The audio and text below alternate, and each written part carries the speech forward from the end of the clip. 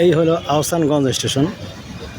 আর এখান থেকে সোজা অর্থাৎ 1 কিলো হবে না, আর কিছু কম হবে হয়তো, সামনে গেলে আত্রাই রেল স্টেশন, অর্থাৎ এক স্টেশন থেকে আরেক স্টেশনের দূরত্ব 1 কিলোমিটারও কিছু কম। খুব কাছাকাছি দুটো স্টেশন।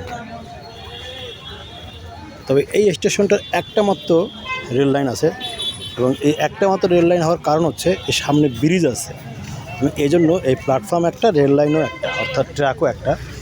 আর সামনে যে আত্রাই যে স্টেশনটা, সেখানে অনেকগুলো লাইন অর্থাৎ ট্রাক ফালানো আছে, এবং সেখানে মূলত ক্রসিংগুলো হয়।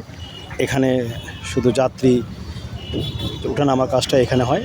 আর যদি কোনো ক্রসিং থাকে সেটা সামনে আত্রাই রেল স্টেশন যায়, সেই ক্রসিংটা দিতে হয়। এবং সেই আত্রাই রেল স্টেশনটা সামনে 1 কিলোমিটারের মধ্যে, অর্থাৎ আহসানগঞ্জ থেকে আত্রাই দূরত্ব 1 কিলোমিটারের মধ্যেই দুইটা স্টেশন। চমৎকার একটি দৃশ্য।